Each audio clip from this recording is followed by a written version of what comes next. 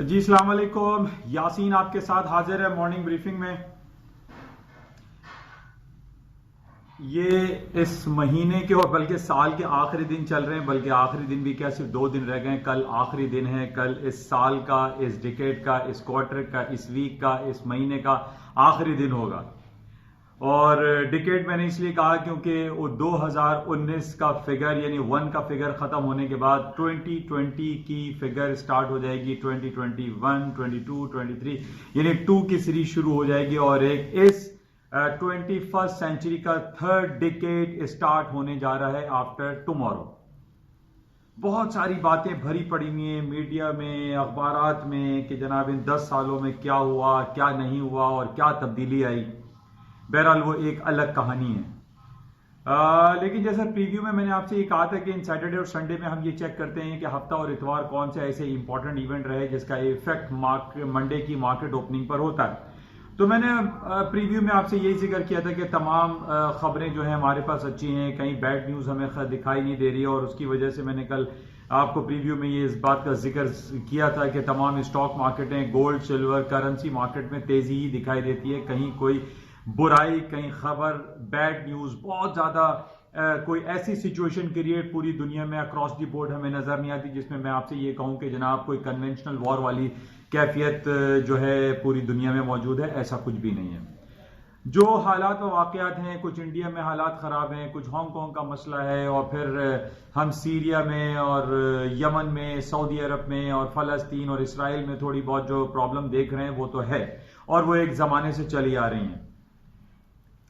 लेकिन कुछ खबरें हमारे पास खास तौर पे जो स्टॉक मार्केट के अमेरिका के हवाले से है उसमें कहीं कोई खराब न्यूज नहीं है, सिवाय 2-3 खबरें ऐसी चल रही थी जिसमें यह कहा जा रहा है कि जनाब ट्रंप साहब की इंपीचमेंट जल्द होने वाली है और हाउस ऑफ रिप्रेजेंटेटिव में वो इंपीचमेंट का वोट जो है वो ट्रंप साहब हार चुके हैं और डेमोक्रेट जीत चुका है और अब से बाकी रह गया सेनेट में उसके वोटिंग होना बाकी है। लेकिन ये कहा जा रहा है कि सेनेट में ये जब बिल आएगा इम्पीचमेंट के हवाले से वो रिजेक्ट हो जाएगा, फेल हो जाएगा और उसकी कोई अहमियत नहीं रहेगी और ट्रंप साहब अपनी कुर्सी पर बराजमा रहेंगे और उनको कोई सदारती कुर्सी से हटा नहीं सकता। लेकिन बहुत ज्यादा प्रेशर हमें दिखाई दे रहा है। कल एक खबर चल रही थी कि जनाब ट्रंप साहब ने एक विसल ब्लोअर का नाम ले लिया है और वो विसल ब्लोअर है CIA का स्टाफ मेंबर, यानी CIA स्टाफर है। तो इस पे डेमोक्रेट्स और रिपब्लिकन के वाले भी जो है काफी नाला दिखाई देते हैं। लेकिन जो हालात व वाकयात है उसमें कहीं ऐसा नहीं है कि जनाब उनको हटा दिया जाएगा, क्योंकि वो he is a president of USA और उनको बहुत सारी इम्यूनिटी और बहुत सारी पावर भी वो एंजॉय करते हैं। और इसी का रिफ्लेक्शन हम देख रहे हैं कि अमेरिका और पूरी दुनिया की स्टॉक बिलखुसूस जो अमेरिका की स्टॉक मार्केटें हैं वो हाई पे हाई बनाती चली जा रही हैं और आज भी हम देख रहे हैं कि मार्केट ग्रीन और प्लस टेरिटरी में ट्रेड हो रही है। इसके अलावा जो हमारे पास डिफरेंट खबरें जो आ रही हैं उसमें जाहिर है हम 2 बड़ी इकोनॉमीज को बहुत ज्यादा क्लोजली वॉच करते हैं, एक अमेरिका है और दूसरा है चाइना। सैटरडे को हमारे पास ये न्यूज आई थी कि चाइना का जो इंडस्ट्रियल प्रोडक्शन है, जो इंडस्ट्रियल जो ग्रोथ है वो फास्टेस्ट रिपोर्ट आई है इन लास्ट 8 मंथ्स में। तो अब ये सैटरडे को खबर आई और उसमें यही कहा गया कि जनाब मंडे को जो मार्केटें खुलेंगी इस चाइना की गुड न्यूज पर भी मार्केटें हायर साइड पे होंगी और कुछ यही सूरत हाल अभी हम देख रहे हैं। और पिछले 1 महीने से बल्कि 2-3 महीने से हम ये देख रहे हैं कि अमेरिका की स्टॉक मार्केटें जो है वो रिवर्स बैक नहीं हो रही हैं और वो हाई पे हाई बनाती चली जा रही हैं और कहीं कोई उसमें स्टॉप दिखाई नहीं दे रहा है कि मार्केट किसी टेक्निकल लेवल पे या टेक्निकलिटीज को फॉलो करते हुए मार्केट किसी जगह पे रुकेगी। नो, तमाम जो साइकोलॉजिकल और इंपॉर्टेंट बैरियर्स थे वो अमेरिका की स्टॉक मार्केटें तोड़ती चली जा रही हैं, चाहे वो S&P हो, डाउ जोन्स हो, नेस्डैक हो। और इसके अलावा जो इंडिविजुअल स्क्रिप्ट हमारे पास हैं जिसमें 3 AAAs का मैं आपसे जिक्र करता रहता हूं, एप्पल, अल्फाबेट, गूगल और अमेजॉन। इसके अलावा जो फैंग ग्रुप हुई है जनाब, फेसबुक है, माइक्रोसॉफ्ट है, IBM, इंटेल, इन तमाम स्टॉक की जो रिपोर्ट्स हैं वो इतनी जबरदस्त आ रही हैं, उनका चाहे EPS ले लीजिए, उनकी रेवेन्यू जनरेशन के हवाले से रिपोर्ट्स ले लीजिए, वो बढ़ती चली जा रही हैं। अभी जो ये डिकेड खत्म होने वाला है, सिर्फ आखिरी कल दिन रह गया है, जो मेरे पास डिफरेंट रिपोर्ट्स में देख रहा था उसमें ये कहा जा रहा है कि पिछले 10 सालों में पूरी दुनिया की स्टॉक मार्केट में 25 trillion, not a billion, $25 trillion का इजाफा हुआ है। यानी इन 10 सालों में 25 खरब डॉलर इंजेक्ट हो गए स्टॉक मार्केट में, और पूरी दुनिया की जो स्क्रिप्ट्स हैं उसमें लोगों का इंटरेस्ट बढ़ता चला जा रहा है, और 13 ट्रिलियन डॉलर बॉन्ड मार्केट में इजाफा हुआ है। तो ये एक ह्यूज एक तब्दीली है, एक ह्यूज डिफरेंस है, और हम ये देख रहे हैं कि ये रोज बरोज बढ़ती जा रही है। जिस तरीके से मैंने आपको 11 नवंबर के हवाले से जो सिंगल्स डे है Alibaba.com, जैक मा ने 24 आवर्स में 38 बिलियन ऑफ डॉलर की शॉपिंग कर ली। फिर जनाब thanks giving day, cyber Monday, Saturday, Sunday, black Friday में 25 से 30 बिलियन ऑफ डॉलर की शॉपिंग हो जाती है एक हफ्ते में। तो यानी हम 70-80 billion of dollar, nearly 1 trillion dollar की शॉपिंग हम देख रहे हैं कि पूरी दुनिया जो है 1 से 2 हफ्ते में कर डालती है। तो इस तरीके से हम ये देख रहे हैं कि इजाफा होता ही चला जा रहा है। जहां तक हम दूसरी बात करते हैं कि जनाब कोई कन्वेंशनल वॉर वाली सिचुएशन क्रिएट हो रही है, ऐसा नहीं है। पूरी दुनिया एक अमन और शांति की तरफ है। अब कहीं अगर हम एक इंडिविजुअल बेसिस पे या किसी इलाके को पिन पॉइंट करते हैं तो हमें 2-3 जगहें प्रॉब्लमेटिक दिखाई देती हैं। वो सबसे पहले है इंडिया ने सिटीजनशिप अमेंडमेंट बिल को प्रोड्यूस करके लोकसभा में और राज्यसभा में पास करके अपने पैरों पे खुद कुल्हाड़ी मारने के मुतरादिफ उन्होंने काम किया है। पूरा इंडिया सड़कों पर है, पूरे इंडिया में लोग जो है वो खाइफ हैं। वो ये कह रहे हैं कि आज जो नरेंद्र मोदी की जमात है, बीजेपी, भारतीय जनता पार्टी, अगर उसने मुसलमानों को पाकिस्तान, बांग्लादेश और अफगानिस्तान से बैन करने की जो बात की है, इसका अल्टीमेटली जो रिजल्ट है वो बड़ा भयानक है। उसमें आप देखिए, अभी तो उन्होंने मुसलमानों को रोका है, कल को वो ईसाइयत को, क्रिश्चियनिटी को रोक सकते हैं, वो जो सिख बरादरी है उनको रोक सकते हैं, वो दूसरे मजहब से ताल्लुक रखने वालों को रोक सकते हैं। जिसकी वजह से हम ये देख रहे हैं कि पूरे इंडिया में एक भगदड़ मची हुई है। पूरे इंडिया में लोग सड़कों पर दिखाई देते हैं, और इंडिया की सबसे बड़ी जो इंडस्ट्री हम कहते हैं, जो शो बिजनेस है, उनकी बॉलीवुड इंडस्ट्री के बड़े बड़े हीरोज, जो बड़े बड़े अदाकार हैं, वो सड़कों पर निकले हुए हैं, और वो इस CAB सिटीजनशिप अमेंडमेंट बिल के खिलाफ आवाज उठा रहे हैं। और इसमें 25 लोग पिछले 3-4 दिनों में मर चुके हैं, और ये सिलसिला बढ़ता चला जा रहा है। और ना सिर्फ इंडिया में हो रहा है, बल्कि ये यूरोपियन कंट्रीज में भी इसके खिलाफ आवाज उठाई जा रही है। यूरोपियन यूनियन में आवाज उठाई, यूनाइटेड नेशन ने इसके खिलाफ करारदाद पास की है कि इंडिया को चाहिए कि जल्द अज जल्द इस CAB सिटीजनशिप अमेंडमेंट बिल को वापस ले, वरना ये बहुत ज्यादा नेगेटिव हो सकता है। अब हमने देखा था, अब लोग उसकी मिसाल देते हैं कि जनाब 1944 में जब एडोल्फ हिटलर में सेकेंड वर्ल्ड वॉर में जो होलोकॉस्ट का एक वाकया हुआ था, जिसमें डिटेंशन हाउसेस बनाए गए थे और लोगों को पकड़ धकड़ के वहां पर फायर किया जा रहा था, मारा जा रहा था, कंटेनर्स में जहरीली गैस छोड़ देते थे, उनको कत्लेआम हो रहा था। तो वही सिचुएशन बिल्कुल उसी फैसिस्ट ग्रुप पे, उसी फैसिस्ट जो सिलसिला है, उसी पे को फॉलो करते हुए नरेंद्र मोदी साहब चल रहे हैं। और ये कहा जा रहा है कि जनाब ये आज की दुनिया का सेकंड एडोल्फ हिटलर पैदा हो गया है। अब ये सिर्फ मैं नहीं कह रहा हूं चूंकि मैं एक पाकिस्तानी हूं, बल्कि इंडिया का अपना मीडिया रो रहा है, अपना मीडिया इंडिया का चिल्ला रहा है कि ये CAB अमेंडमेंट बिल जो है इसको विड्रॉ किया जाए, वापस लिए जाए, टेक इट बैक। लेकिन इसके नेगेटिव और असरात आ रहे हैं। आज भी हम बॉम्बे का जो सेंसेक्स इंडेक्स है वो नेगेटिव में, तकरीबन 100 पॉइंट मार्केट माइनस में। वहां पे जो टूरिज्म है वो बहुत ज्यादा बैडली इफेक्ट हुई है।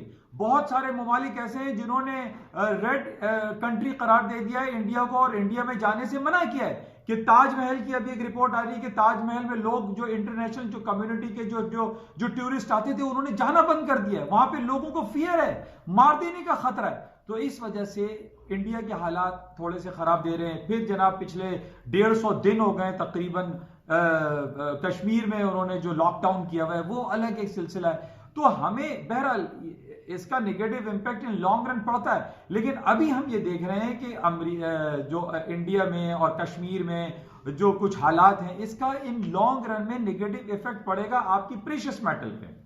आपकी गोल्ड की मार्केट आप देखिए वो ऊपर की तरफ चलती चली जा रही है। जिस तरीके से हम देख रहे हैं कि पिछले 2-3 दिनों में यमन के ऊपर अटैक किया गया, सऊदी अरब के जो सदर्न एरियाज हैं। अब यमन ने कल ये बयान दिया है कि जनाब हमने 6 एरिया को टारगेट बनाया हुआ है, यानी 3 सिटीज जो है उन्होंने सऊदी अरब के गिनाए, और 3 सिटीज जो है, 3 इलाके जो है इन्होंने UAE के गिरदाने हैं कि जनाब इन एरिया को 6 एरिया ऐसे हैं जिनको हम टारगेट करेंगे और मारेंगे। अब देखिए ये अभी मारा नहीं है, कन्वेंशनल वॉर शुरू नहीं हुई है, लेकिन जो बातें हैं वो ज्यादा नेगेटिव दिखाई दे रही हैं। खास तौर पे गोल्ड, सिल्वर, प्रेशियस मेटल की मार्केटें हायर साइड पे जा सकती हैं, और यही हम सूरत-ए-हाल देख रहे हैं कि 1480 का जो इंपॉर्टेंट लेवल था गोल्ड का वो टूट गया है, और अब 1510, 1520, 1515 के ऊपर गोल्ड की मार्केट चल रही है जो पर आउंस ट्रेड होता है। तो अब ये जब हम नेगेटिव खबरों को कंपाइल करते हैं तो इसमें हम ये देखते हैं कि जो गोल्ड, सिल्वर, प्रीशियस मेटल की मार्केटों में पोटेंशियल दिखाई दे रहा है, हायर साइड पे जा सकती हैं। दूसरी तरफ हम ये भी देख रहे हैं कि पूरी दुनिया में इंटरेस्ट रेट जो कट होने की बातें हैं, अमेरिका ने अपना इंटरेस्ट रेट 2.50 से कट करते करते 1.75 पर लेकर आ गए, और अब ये कहा जा रहा है कि जो सन 2020 आएगा उसमें वो मजीद कट करेंगे। इसके अलावा अनसर्टेनिटी हमें दिखाई दे रही है यूरोपियन सेंट्रल बैंक की तरफ से। यूरोपियन सेंट्रल बैंक कहता है कि वो अभी उनका इंटरेस्ट रेट 0% है, जो कि लाइव हिस्ट्री लो पे खड़े हैं, और अब ये बात कही जा रही है कि यूरोपियन सेंट्रल बैंक भी अपना इंटरेस्ट रेट 0 की तरफ लेके जा सकता है। इस वजह से एक अनसर्टेनिटी, एक इबहम वाली कैफियत पाई जाती है। लेकिन जैसे मैंने आपसे कहा कि ये सारी खबरें हैं, इनका कोई प्रैक्टिकल एप्लीकेशन नहीं हो रही है, कोई ऐसा नहीं है कोई बुलेट्स एंड बॉम्ब्स चल रहे हैं। आज की जो दुनिया है वो बिट्स एंड बाइट्स की वॉर है, उसको हमें चेक करना है, और इसी वजह से हम ये देख रहे हैं कि अमेरिका की स्टॉक मार्केट में इसका कोई नेगेटिव इफेक्ट नहीं पड़ रहा है कि जनाब कोई कन्वेंशनल वॉर होने वाली, सिर्फ बातें चल रही हैं, और इसी का पॉजिटिव इफेक्ट अमेरिका की स्टॉक मार्केट में। अमेरिका की स्टॉक मार्केटें बढ़ती चली जा रही हैं, तारीख की रोजाना की बेसिस पे अपने नए रिकॉर्ड बना रही हैं, पुराने रिकॉर्ड तोड़ती हैं, नए रिकॉर्ड्स बना लेती हैं, और अभी जो पोटेंशियल हमें दिखाई दे रहा है, और ये कहा जा रहा है कि जनाब ये जो फोर्थ क्वार्टर 2019 का गुजर रहा है, इसमें इतने अच्छे रिजल्ट प्रोड्यूस हो रहे हैं, और इसका पॉजिटिव इफेक्ट 2020 के फर्स्ट क्वार्टर में आएगा, और जब फर्स्ट क्वार्टर जनवरी में पूरी जो फोर्थ क्वार्टर 2019 की रिपोर्टें आएंगी वो सब की सब बेहतरीन आएंगी। तो हमारे पास हमें यह दिखाई दे रहा है कि अमेरिका की स्टॉक मार्केट 2020 में मजीद पोटेंशियल इंजेक्ट हो जाएगा, और हायर साइड पे जाना शुरू हो जाएंगे। तो वो तमाम लोग जो इस उम्मीद पर बैठे हुए हैं कि जनाब अमेरिका की स्टॉक मार्केट क्रैश हो जाएंगी, तबाह हो जाएंगी, रिसेशन डिक्लेयर हो जाएगा, nothing is going to happen, कुछ भी नहीं होने वाला।